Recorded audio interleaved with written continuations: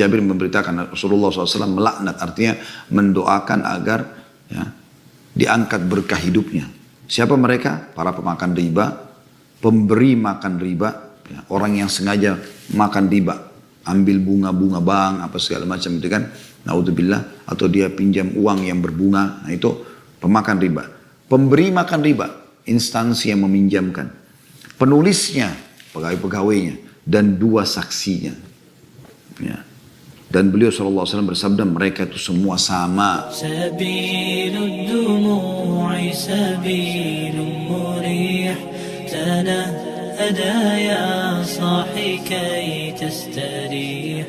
kita akan masuk insya Allah pelanggaran ke-58 yang ditulis oleh penulis, yaitu, saya bacakan dulu. Sebagian wanita terjerumus ke dalam salah satu bentuk riba. Jadi kita akan membahas tentang masalah terjerumusnya para muslimah ke dalam riba. Yaitu contoh yang disebutkan salah satunya di sini, dengan pergi ke penjual emas untuk menukar emasnya yang lama dengan emas yang baru. Jadi emas lamanya dia datang karena dia sudah tidak suka modelnya lagi, ya, atau dia melihat ada model yang lebih bagus, maka dia ingin tukar emas itu dengan emas yang baru. Jadi saya ulangi, sebagian wanita terjerumus ke dalam salah satu bentuk riba, yaitu dengan pergi ke penjual emas untuk menukar emasnya yang lama dengan emas yang baru, dan membayar selisih harga kepadanya secara langsung. Jadi bagi teman-teman yang pegang bukunya, digarisbawahi kalimat secara langsung. Jadi emas lama itu, misalnya tanpa dia jual, dia langsung bilang, ini emas lama saya, cincin, gelang, anting, apa saja kalung, saya ingin tukar sama yang ini, ya. Oke, kamu tambah 5 juta misalnya, seperti itu. Jadi emas ditukar sama emas langsung. Nah ini bentuk riba, ditukar secara langsung. Ini adalah riba yang sebenarnya. Mestinya, lalu bagaimana solusinya supaya tidak riba, tukar emas dengan emas? Agar terbebas dari riba, ia menjual emasnya yang lama dan menerima harganya terlebih dahulu. Jadi emas lamanya dijual dulu, misalnya lakunya 10 juta. Oke. Sudah 10 juta ya, sudah deal, sudah laku. Nah, kemudian ia membeli emas baru dengan uangnya yang itu sesukanya. Seperti ditunjukkan oleh Rasulullah Sallallahu Alaihi Wasallam. Jadi kita akan bahas tentang poin masalah ini ya. Sebelum panjang lebar kita jelaskan teman-teman sekalian, pernah terjadi Bilal radhiyallahu anhu pernah membeli, menukar antara kurma tua dengan kurma baru atau kurma yang bagus, ya. Maka dia pun membawa kepada Nabi SAW kurma yang segar. Maka Nabi SAW tanya, dari mana hai Bilal? Dia mengatakan, ya Rasulullah, saya menukar kurma saya yang buruk, ya, yang sudah kering, dengan kurma ini. Langsung, secara langsung. Tapi takarannya berbeda. Kayak misalnya 2 kilo yang buruk, 1 kilo yang bagus gitu kan. Maka kata Nabi SAW, itu adalah ainur riba. Itu riba yang sebenarnya. Harusnya kau jual dulu kurmamu yang buruk itu, berapa nilainya, baru kamu jual, baru kamu beli kurma yang bagus. Kurang lebih seperti itu. Baik teman-teman sekalian, kita akan bicara tentang salah satu dosa besar, yaitu riba. Yang di zaman sekarang, semoga Allah SWT selamatkan kita, ya, hampir setiap rumah tidak luput dari masalah riba. Ya, adanya transaksi riba ini luar biasa gitu. Ya, perbankan-perbankan ribawi lagi jaya, ya, gitu kan. Ya, dengan segala macam sistemnya, dengan segala macam fasilitas yang disiapkan, ya semuanya umumnya terlibat dalam masalah riba itu. Saya ingin teman-teman coba kita buka sama-sama di awal pembukaan kita ini surah Al-Baqarah, surah nomor 2, dimulai dari ayat 275. Sekali lagi Al-Baqarah 275. Saya akan bacakan. A'udzu billahi minasyaitonir rajim. الذين يأكلون الربا لا يقومون إلا كما يقوم الذي يتخبطه الشيطان من المس ذلك بأنهم قالوا إنما البيع مثل الربا وأحل الله البيع وحرم الربا فمن جاءه موئدة من ربه فانتهى فله ما سلف وأمره إلى الله ومن عاد فأولئك أصحاب النار هم فيها خالدون. Yang artinya orang-orang yang makan atau mengambil riba tidak dapat berdiri melainkan seperti berdirinya orang yang kemasukan syaitan lantaran tekanan penyakit gila. Bayangkan di sini ancaman Allah SWT. Orang-orang yang makan atau sengaja mengambil riba, terutama yang telah tegak padanya hujjah atau telah sampai padanya informasi, tidak dapat berdiri melainkan seperti berdirinya orang yang kemasukan syaitan lantaran tekanan penyakit gila. Ya, kalau di zaman kita sekarang penyakit stres, ya, mirip dengan orang gila, terlilit utang sana sini, bingung dengan bayar kartu kredit yang terus membengkak, bingung dengan cicilan KPR, ya, bingung dengan ini dan itu, karena selalu riba dan riba. Bahkan ada orang subhanallah makanannya, ya, berasnya, gulanya, kopinya, tehnya, gelas yang dipakai, sendok, piring, baju, pakaian dalam, ya, semua AC-nya, air yang dipakai di rumah, riba semua. Loh kok bisa Ustaz? Ya dibayar pakai kartu kredit. Gitu kan? Jadi bank bayarkan dulu dia. Maka ini bahaya sekali. Makan ke restoran sama anak istri, gesek kartu kredit. Kan ini jadi makan riba. Karena bank bayarkan dia. Ada kerjasama bank dengan tempat tersebut. Ya. Lalu dia makan ya. Maka ini harus hati-hati. Kebanyakan masalah rumah tangga terjadi rusak karena riba. Nakalnya anak-anak karena riba. Karena pendapatan haram. Ini masuk dalam dosa besar ya. Ini Allah sudah bilang. Lanjutannya, keadaan mereka yang demikian itu adalah disebabkan mereka berkata atau berpendapat sesungguhnya jual beli itu sama dengan riba. Padahal Allah telah menghalalkan jual beli dan mengharamkan riba. Ya, nanti kita jelaskan panjang lebar apa itu riba, ya, jenis-jenisnya segala macam insya Allah. Orang-orang yang telah sampai kepadanya larangan dari Tuhannya, riba nggak boleh, ini haram. Ya.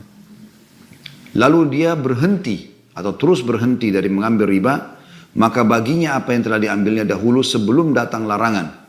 Jadi kalau Anda tidak tahu hukumnya, misalnya Anda sudah terlanjur KPR, Anda sudah terlanjur cicilan mobil, motor, Anda sudah terlanjur apalah pakai fasilitas bank riba, ya kemudian Anda belum tahu hukumnya nih. Sekarang baru tahu, oh ternyata hukumnya haram ya. Maka yang lalu-lalu bisa jadi halal. Tapi ingat syaratnya kalau Anda belum tahu hukumnya. Kalau Anda sudah tahu hukumnya, sudahlah apa boleh buat, nggak apa-apa. Saya nggak mungkin punya rumah kalau saya nggak cicil, saya nggak mungkin punya mobil, saya nggak mungkin. Dia jurumuskan dirinya pada riba, maka dia kena ancaman di sini. Dan urusannya, maksudnya niat dia segala macam kan kita tidak tahu, terserah kepada Allah. Allah lebih tahu dia benar atau tidak, dia sudah tahu atau belum tahu. Orang yang kembali mengambil riba setelah tegak padanya hujjah, maka orang itu adalah penghuni-penghuni neraka, mereka kekal di dalamnya. Ayat 276-nya, yamhaqullahu riba wa yurbis sadaqat wallahu la yuhibbu kulla kaffarin athim. Allah memusnahkan riba dan menyuburkan sedekah, dan Allah tidak menyukai setiap orang yang tetap dalam kekafiran dan selalu berbuat dosa. Nanti akan kita jelaskan panjang lebar masalah ini insyaallah ya. Jadi teman-teman, yang paling banyak orang terjerumus dalam riba adalah riba nasi'ah atau riba jahiliyah. Apa itu? Utangkan orang, kemudian dia minta berbunga ya. Jadi dari awal dia tentukan bunga, atau memang dasarnya dia bilang kalau kau mau jatuh tempo maka kau harus tambah. Seperti itulah. Itu riba yang jelas-jelas, itu riba jahiliyah namanya. Nah, di sini dikatakan Allah memusnahkan riba. Seperti itu, tambahannya bunga dari pinjaman uang itu akan Allah musnahkan. Akan menjadi masalah buat orang yang menerimanya. Gitu kan? Akan jadi masalah bagi orang yang mengeluarkannya. Dan menyuburkan sedekah. Harusnya kita kalau utangkan orang, kita niatkan sedekah, membantu. Dan nanti kita akan sebutkan tentang keutamaan mengutangkan orang ya. Itu penting sekali. Jadi Anda kalau memang utangin orang, betul-betul murni mengejar pahala di situ. Karena keutamanya besar sekali. Insya Allah kita akan jelaskan. Dan Allah tidak menyukai setiap orang yang tetap dalam kekafiran dan selalu berbuat dosa. Sudah dilarang masih tetap ngotot. Seakan-akan tidak bisa hidup kecuali dengan riba. Seakan-akan tidak bisa hidup kecuali dengan zina. Tidak bisa hidup kecuali dengan mencuri. Nah ini kebodohan namanya. Ayat 277-nya. Innal ladzina amanu wa amilus solihati wa aqamus salata wa atauz zakata lahum ajrum inda rabbihim wa la khaufun 'alaihim wa la hum yahzanun. Sesungguhnya orang-orang yang beriman dan mengerjakan amal soleh, maksudnya beriman kepada peraturan Allah dan juga patuh mengerjakan amal soleh, ya, melakukan transaksi jual beli yang benar, tidak ada akad ribahnya, ya, kemudian juga tidak ada manipulasi, tidak ada segala macam, sibuk dengan amal soleh. mendirikan sholat, menunaikan zakat, mereka mendapatkan pahala di sisi Tuhan mereka. Tidak ada kekhawatiran terhadap mereka dan tidak ada pula mereka bersedih hati. Itu yang mereka akan aman dari kesusahan hidup ini. Lalu ayat 278 Allah ingatkan kembali agar meninggalkan masalah riba. Ya ayyuhalladzina amanu taqullaha wa dharu ma baqiya minar riba in kuntum mu'minin. Hai orang-orang beriman, bertakwalah kepada Allah dan tinggalkan sisa riba yang belum dipungut jika kamu orang-orang yang beriman. Jadi misalnya tadinya kita utangkan orang, lalu kita sepakat 10 juta ditambah 1 juta. Nah sekarang orang itu bayar misalnya per bulan dicicil, misal dari 10 juta itu 1 juta. 10 bulan selesai, tapi kan ada bunganya, maka 1 juta dia bayar 1 juta 100 per bulan. 100-nya itu adalah ribanya. Maka kalau ada orang belum tahu hukum, dia berjalan misalnya sudah terlanjur 5 bulan berjalan, terus dia ikut di pengajian, dia tahu hukumnya haram. Maka Allah ingatkan di 278 ini, hai orang beriman, ya, bertakwalah kepada Allah, takut kepada Allah atas ancamannya dan tinggalkan sisa riba. Nah, jangan bilang, oh sudah terlanjur kan itu sudah ada akadnya, nggak bisa. Mulai sekarang cut, udah nggak ada lagi bunganya. Udah tinggal sisa pokoknya saja. Dan Anda kalau mau lebih bersih lagi, ya, maka bunga yang Anda ambil 5 bulan tadi, 100 ribu 1 bulan berarti 500 ribu, 5 bulan tadi itu sebagai contoh saja, maka Anda hitung sebagai pengembalian modal dia. Maka itu akan bersih dari riba. Kemudian ayat 279-nya Allah mengatakan, فَإِنْ لَمْ تَفْعَلُوا فَأْذَنُوا بِحَرْبٍ مِّنَ اللَّهِ وَرَسُولِهِ وَإِنْ تُبْتُمْ فَلَكُمْ رُؤُوسُ أَمْوَالِكُمْ لَا تَظْلِمُونَ وَلَا تُظْلَمُونَ. Maka jika kamu tidak mengerjakan atau meninggalkan sisa riba, tetap kamu ngotot dengan alasan masih akad, ya masa bodoh, maka ketahuilah bahwa Allah dan Rasulnya akan memerangimu. Kata ulama tafsir, ya, tidak ada dosa yang dilakukan oleh umat Islam yang Allah dan Rasulnya langsung mengancam akan memeranginya seperti riba. Dan jika kau bertobat dari mengambil riba, maka bagimu pokok hartamu. Nah, ambil uangmu saja. Tadi utang 10 juta saja.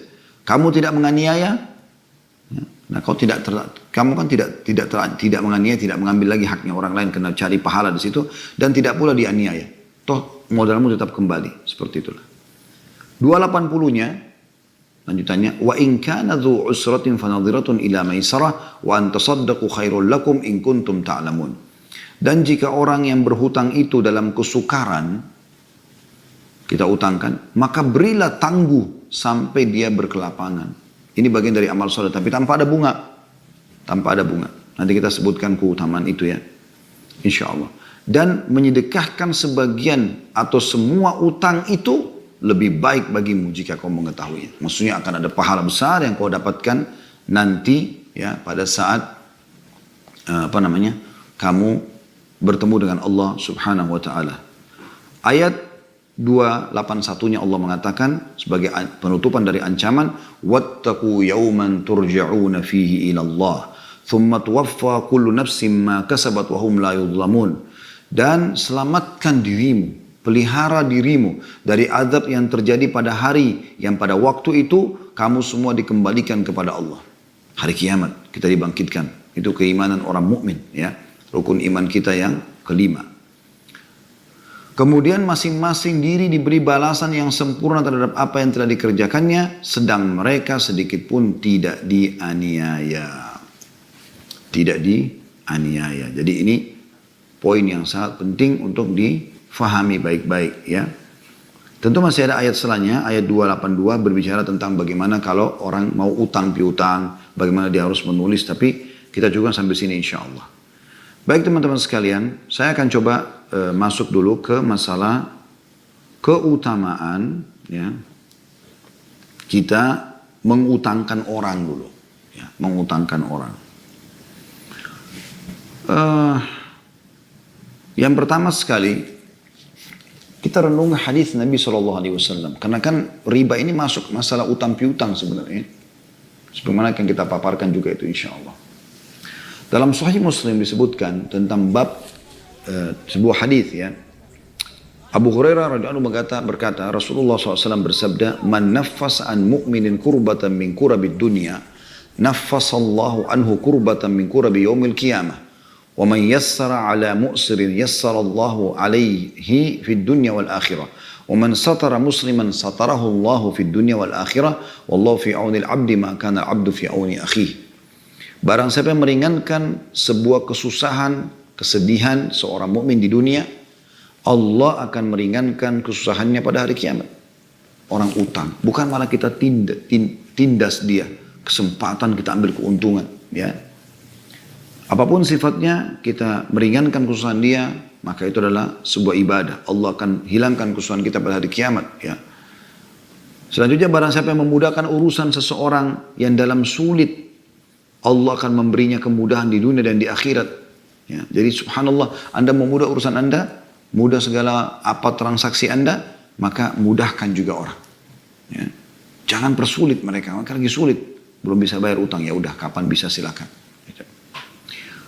Dan barang siapa yang menutupi aib seseorang, maka Allah pun akan menutupi aibnya di dunia dan di akhirat. Kita tahu kekurangan orang, nasihati dia lalu kita tutupi. Jangan sebarkan, jangan diekspos. Kita pun akan ditutupi Allah SWT di dunia dan di akhirat. Ini hadis mulia sekali ya. Dan Allah, kata Nabi SAW penutupan hadisnya, senantiasa menolong hambanya selama hamba tersebut menolong saudaranya. Hadis riwayat Muslim nomor 2699. Juga teman-teman sekalian,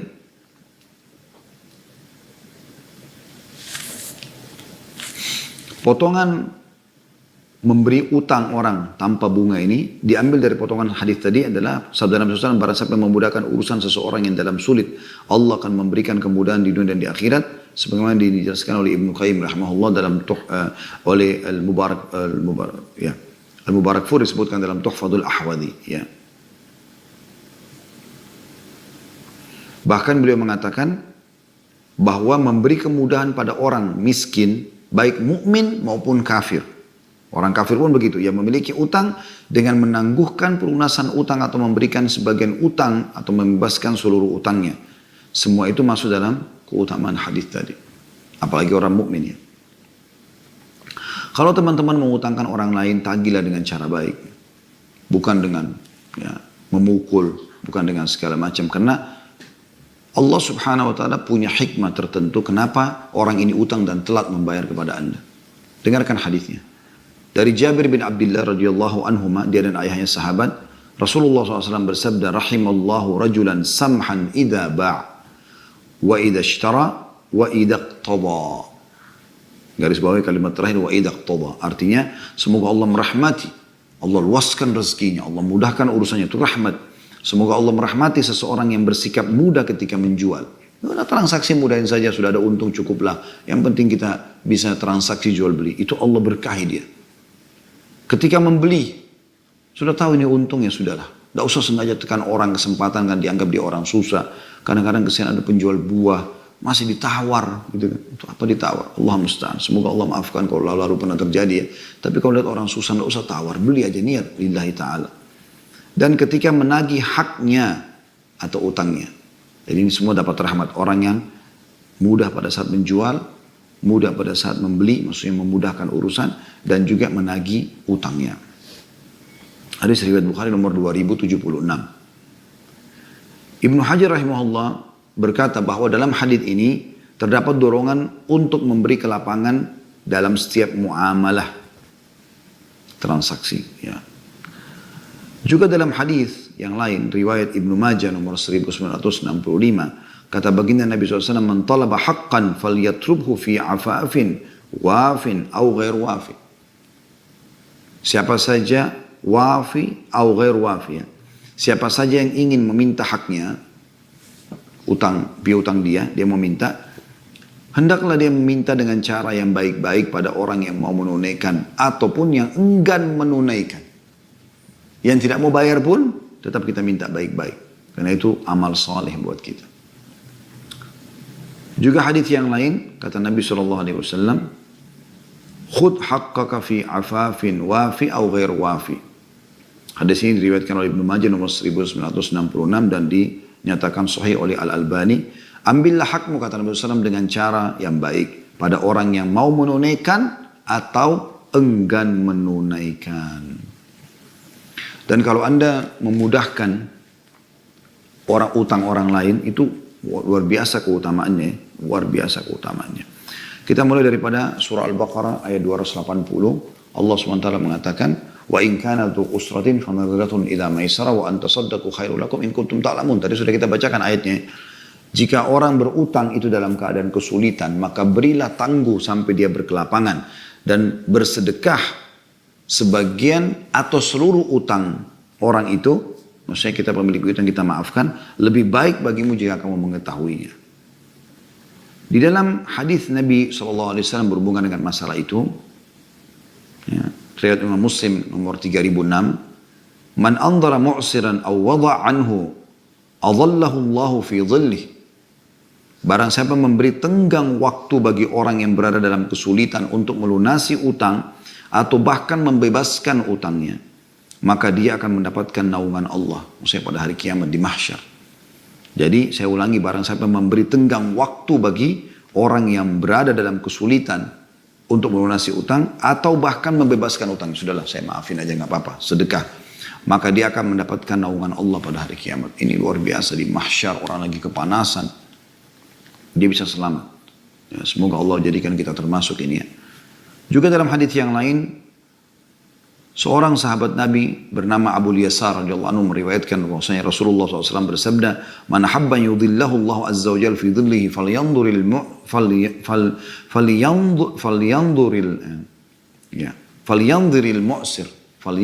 mu'sir aw liyadha anhu."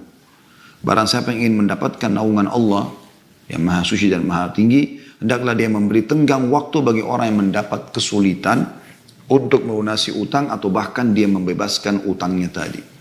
Diriwayatkan oleh Imam Ahmad, tadi dinyatakan sahih oleh Syekh Shu'aib Al-Arnaud. Ya. Begitu juga teman-teman sekalian,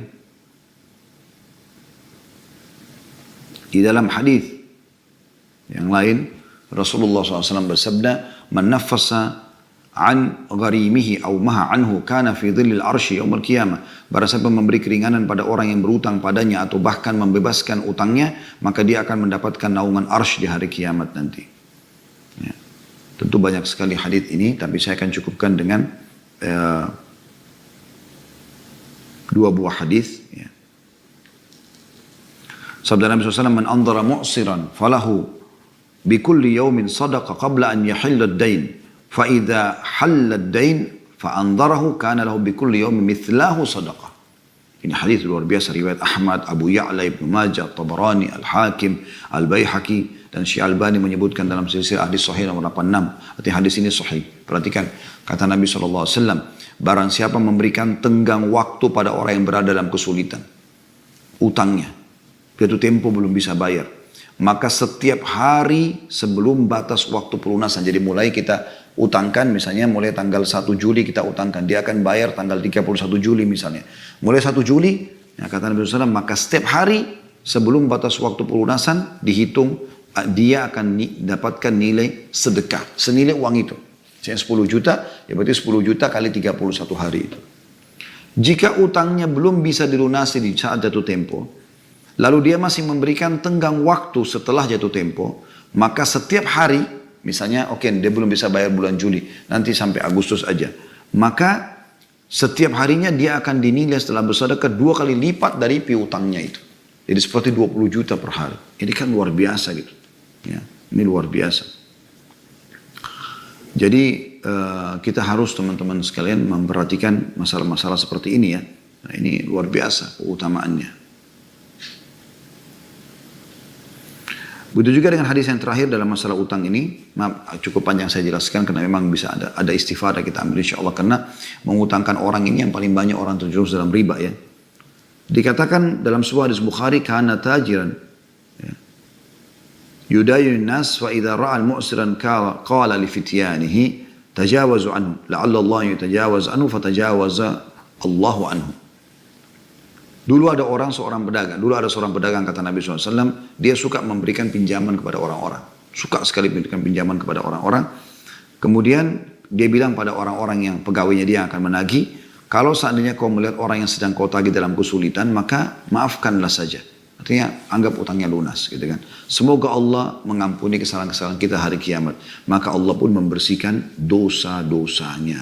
Seperti itu. Ya, itu luar biasa gitu.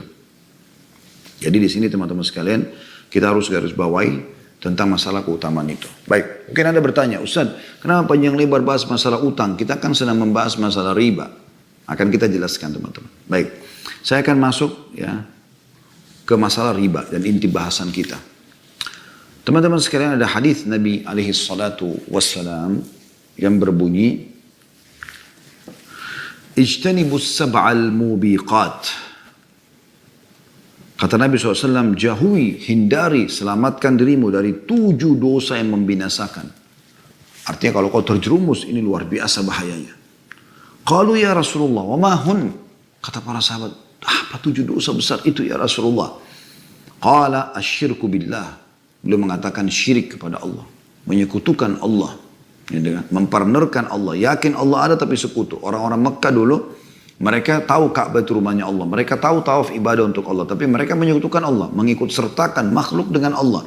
Mendatangkan patung-patung. Berdoa sama Allah. Berdoa juga sama patung-patung. Menyembelih untuk Allah. Menyembelih juga buat patung-patung. Hancur semua amalnya. Yang kedua was-sihir. Melakukan sihir. Ya, para penyihir-penyihir ini. Hukum dalam Islam dipenggal. Kata Nabi SAW. Haddus sahir darbutun bis saif. Setiap pemerintah harus tegas dengan para dukun penyihir ini.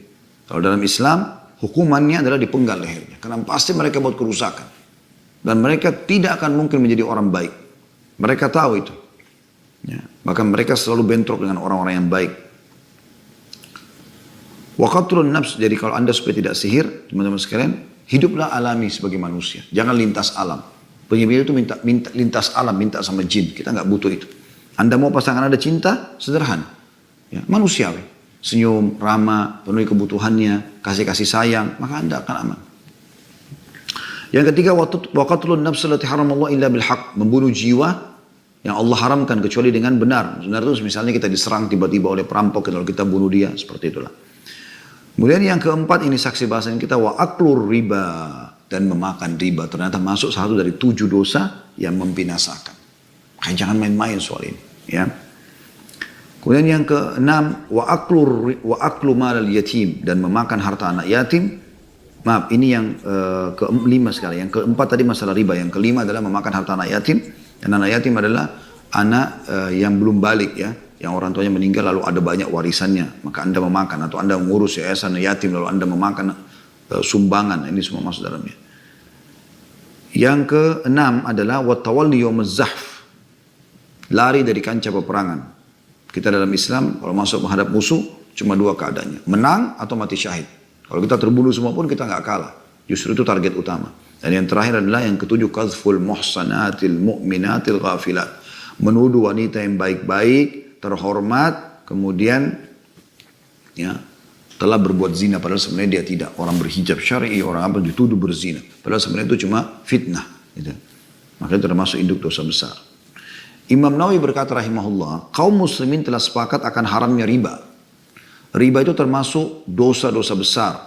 Ya.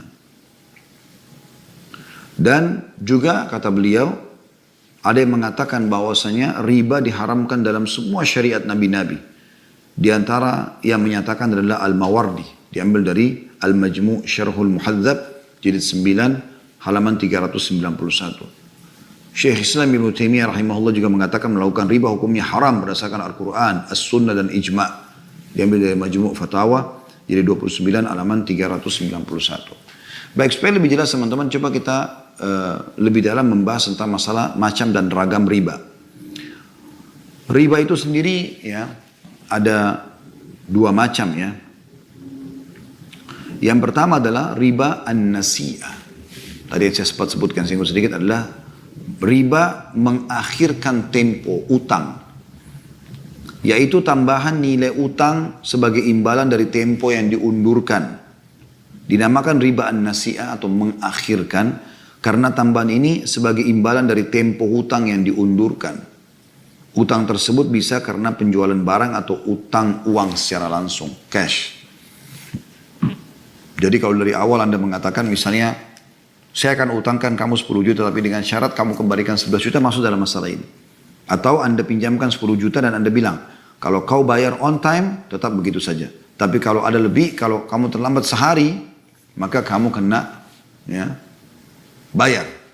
Nah ini berarti sudah riba. Jadi akad-akad ini akad-akad riba ya. Riba ini juga disebut riba Al-Quran karena diharamkan di dalam Al-Quran. Sebagaimana Allah berfirman, ya, tadi sudah kita bacakan Al-Baqarah 278 ya. Hai orang beriman, bertakwalah kepada Allah dan tinggalkan sisa riba yang belum dipungut jika kamu orang yang beriman. Maka jika kamu tidak mengerjakan atau meninggalkan sisa riba, maka ketahuilah bahwa Allah dan Rasulnya akan memerangimu.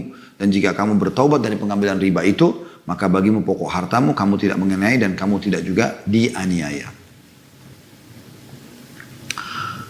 Juga teman-teman sekalian, kalau seandainya ada orang, dia utang, ini contoh saja ya, sebagian ulama fikih saya membahas masalah itu.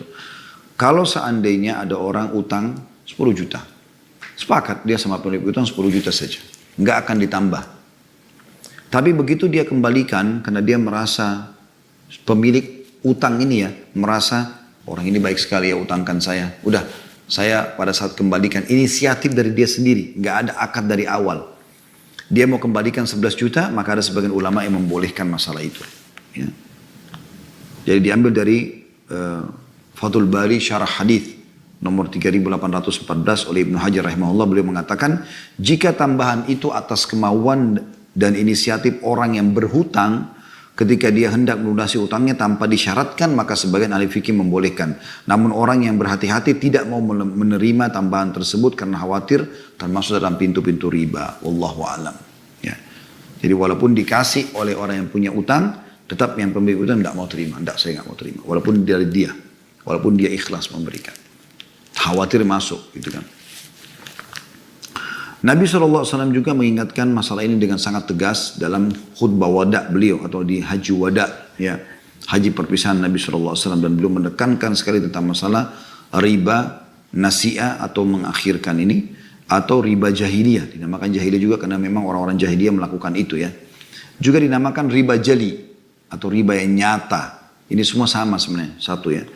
Sebagaimana dikatakan oleh Ibnu Qayyim rahimahullah dalam kitab I'lamul Muwakkin ya. Muwakki'in. I'lamul Muwakki'in di sini ya. Jadi 2 halaman 154. Diambil dari Al-Mawsu' Al-Fiqhiyah Al-Kuwaitiyah, jadi 22 halaman 57. Riba juga ini disebut dengan riba dain atau duyun atau utang-utang ya. Imam Ahmad rahimahullah pernah ditanya tentang riba yang tidak dilakukan keharamannya. Maksudnya pasti riba udah. Dia menjawab riba itu adalah seseorang memiliki piutang, dia utangkan orang lain, lalu dia berkata kepada orang yang berutang, engkau bayar sekarang atau pembayarannya ditunda tapi dengan syarat memberi tambahan. Jika dia tidak membayar, maka orang yang berutang memberikan tambahan harta saat pembayaran dan pemilik piutang memberikan tempo atau tambahan tempo. Kurang lebih seperti itu, ya. Kata Ibnu Arabi Al-Maliki rahimahullah, orang-orang jahiliyah dahulu biasa berniaga dan melakukan riba. Riba di kalangan mereka telah terkenal, yaitu seseorang menjual kepada orang lain dengan utang, beli barang ya, dengan cara utang. Jika waktu pembayaran telah tiba, orang yang memberi utang tersebut berkata, engkau membayar atau memberi tambahan atau riba. Yaitu engkau memberikan tambahan hartaku dan aku bersabar dengan waktu yang lain. Maka Allah Azza wa Jalla mengharamkan riba, yaitu tambahan di dalam utang seperti di atas. Diambil dari kitab Ahkamul Quran, jilid 1 halaman 241 yang ditulis atau karya Ibnu Arabi. Yang kedua teman-teman sekalian adalah riba al-fadl. Riba fadl itu adalah riba karena kelebihan, yaitu dengan sebab adanya kelebihan pada barang-barang riba yang sejenis saat ditukarkan. Nah ini saksi bahasan kita. Tadi kan yang dibahas dalam buku kita adalah emas ya, ditukar sama emas. Tapi emas selamanya ditukar sama emas baru, gitu kan. Sifatnya ditukar ini dengan menambah selisih harga. Jadi yang benar adalah tadi sudah kita jelaskan, dijual dulu emas selamanya baru dia beli emas yang baru. Riba ini disebutkan juga dengan riba an-naqd atau kontan sebagai kebalikan dari riba an-nasi'ah. Kalau nasi'ah kan tadi utang ya.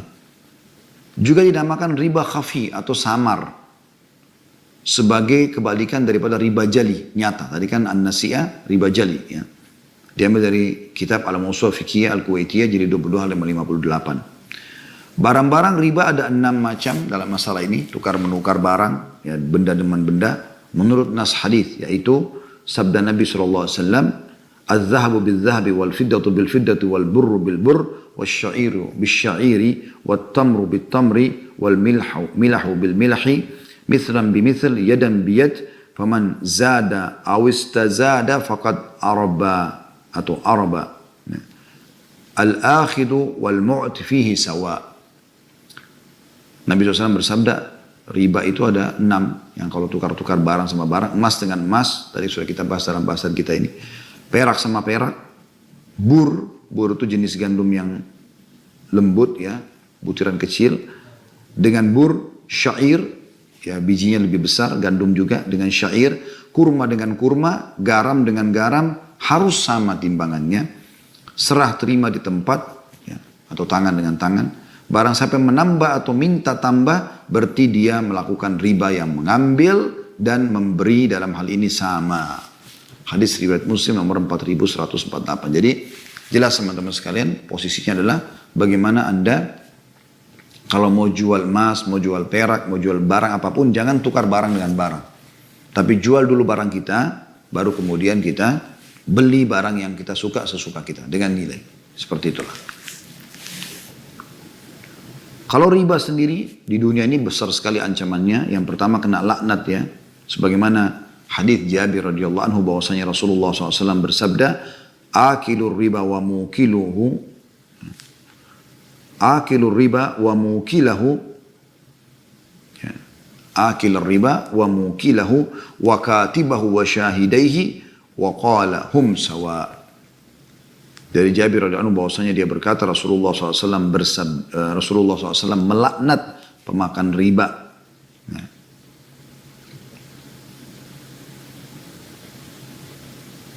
Jabir berkata Rasulullah SAW melaknat, jadi bukan Rasulullah bersabda tapi Jabir memberitakan Rasulullah SAW melaknat, artinya mendoakan agar ya, diangkat berkah hidupnya. Siapa mereka? Para pemakan riba, pemberi makan riba. Ya, orang yang sengaja makan riba, ambil bunga-bunga bank, apa segala macam itu kan, naudzubillah, atau dia pinjam uang yang berbunga, nah itu pemakan riba.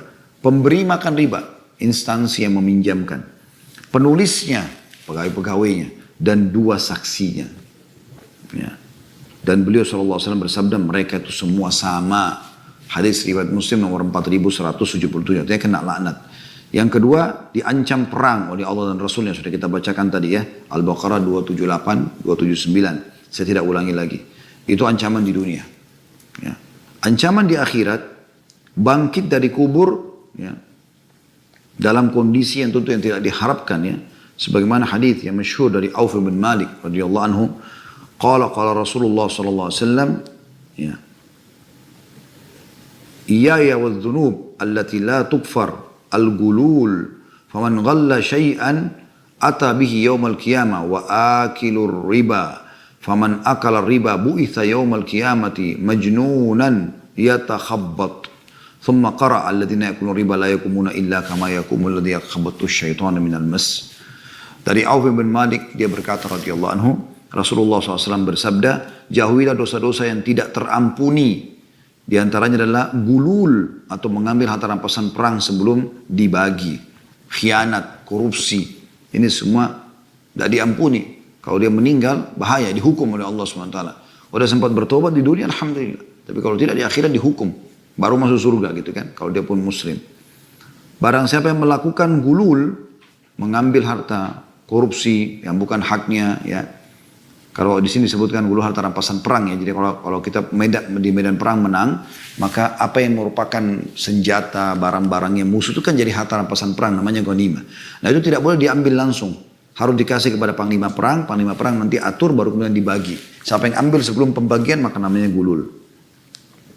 Maksud dalam sini adalah korupsi, yang mengambil yang bukan haknya di kantor segala macam di zaman kita. Barang siapa yang melakukan gulul terhadap suatu barang maka dia akan membawanya pada hari kiamat. Barang-barang yang dia curi itu, dia tipu akan diambil. Dan pemakan riba, ini yang kedua, selain gulul. Ini bahasan kita. Barang siapa yang memakan riba akan dibangkitkan pada hari kiamat dalam keadaan gila. Berjalan sempoyongan. Ya, nggak jelas. Kemudian beliau SAW membaca firman Allah SWT, orang-orang yang memakan riba tidak dapat berdiri melainkan seperti orang berdiri yang kerasukan syaitan lantaran penyakit gila. Ya. Ini Al-Baqarah jilid 2, surah nomor 2 ayat 275 sudah kita jelaskan tadi ya. Dan juga ini hadis ini semuanya tadi yang panjang ini diriwayatkan oleh Tabarani dalam Mu'jamul Kabir nomor 14.537, Al-Khatib juga dalam At-Tarikh dan dihasankan oleh Syekh Albani dalam silsilah hadis sahihah nomor 300 atau 3313, dan juga Al-Mundhir disebutkan dalam Sahih dalam At-Targhib Tarhib dan ditekankan oleh Albani dalam Sahih At-Targhib Tarhib nomor 1862. Juga dia akan diberenangkan di akhirat, ya. Bisa di kuburan, di alam barzah, ya. Di sungai darah. Disebutkan dalam sebuah hadis, ya, dari Samura atau Samura bin Jundub, Samurata bin Jundub radhiyallahu anhu. Qala Nabi sallallahu alaihi wasallam, ra'aitu al-lailata rajulaini atayani fa akhrajani ila ardil muqaddas. فانطلقنا حتى أتينا على نهر من دم فيه رجل قائم وعلى وسط النهر رجل بين يديه حجارة فأقبل الرجل الذي في النهر فإذا أراد الرجل أن يخرج رمى الرجل بحجر في فيه فرده حيث كان فجعل كلما جاء ليخرج رمى في فيه بحجر فيرجع كما كان فقلت ما هذا فقال الذي رأيته في النهر آكل الربا. Dari Samura bin Jundub radhiyallahu anhu beliau berkata bahwasanya Nabi SAW bersabda, tadi malam aku bermimpi ada dua orang laki-laki yang mendatangiku, maksudnya malaikat ya. Keduanya membawaku ke kota yang disucikan. Ya. Kami berangkat sehingga kami mendatangi sungai darah. Ya. Maksudnya ini kisah tentang Isra Mi'raj ya. Beliau diberangkatkan ke Baitul Maqdis. Ya. Kemudian diperlihatkan kepada Nabi SAW sungai penuh dengan darah. Di dalam sungai itu ada seorang laki-laki yang berdiri. Dan di pinggir sungai ada seorang laki-laki yang di depannya terdapat batu-batu. Jadi ada orang yang lagi tenggelam di sungai darah, ada yang berdiri di pinggir sungai tersebut. Laki-laki yang di sungai itu mendekat, berenang dia mendekat ke orang yang ada di pinggir sungai. Jika dia hendak keluar pas mau naik dari sungai, laki-laki yang di pinggir sungai itu melemparkan batu ke dalam mulutnya atau menghantamkan ke dalam mulutnya sehingga dia kembali ke tempat semula, jatuh lagi ke sungai darah. Setiap laki-laki yang di sungai itu datang hendak keluar dari sungai, laki-laki yang di pinggir sungai itu melempar batu ke mulutnya atau menghantamkan sehingga dia kembali ke tempat semula. Lalu aku bertanya, kata Nabi SAW kepada dua malaikat tadi, apa ini? Siapa orang ini? Siksaan apa ini? Maka mereka menjawab, orang yang engkau lihat itu dalam sungai adalah pemakan riba. Hadis riwayat Bukhari. Na'udzubillah. Semoga Allah selamatkan kita. Juga yang ketiga diancamkan neraka. Sesuai dengan firman Allah Subhanahu wa taala, "Faman ja'ahu mau'izatun min rabbih fantaha falahu ma salafa amru ila Allah wa man 'ada fa ulaika ashabun nar hum fiha khalidun." Sudah kita bacakan tadi Al-Baqarah surah nomor 2 ayat 275. Orang-orang yang telah kembali atau telah sampai padanya larangan dari Rabbnya, riba, lalu dia berhenti mengambil riba, maka baginya apa yang telah diambil dulu. Kalau dia tidak tahu tadi ya, saya sudah bilang, dia tidak tahu kalau ini riba, dia sudah KPR, apa segala macam. Gitu. Maka baginya halal yang lalu-lalu. Kalau dia sudah tahu nggak boleh, gitu kan. Maka baginya yang telah diambil dahulu sebelum datang larangan, sebelum sampai kepada Ibrahim, dan urusannya terserah kepada Allah. Dia benar atau tidak itu urusan kepada Allah. Orang yang kembali mengambil riba setelah sampai padanya penyampaian, kayak Anda sekarang sudah ikuti pengajian kita, maka orang ini adalah penghuni-penghuni neraka, mereka akan kekal di dalamnya kalau mereka tidak taubat. Allah musta'an. Semoga Allah SWT selamatkan kita dari masalah riba ini.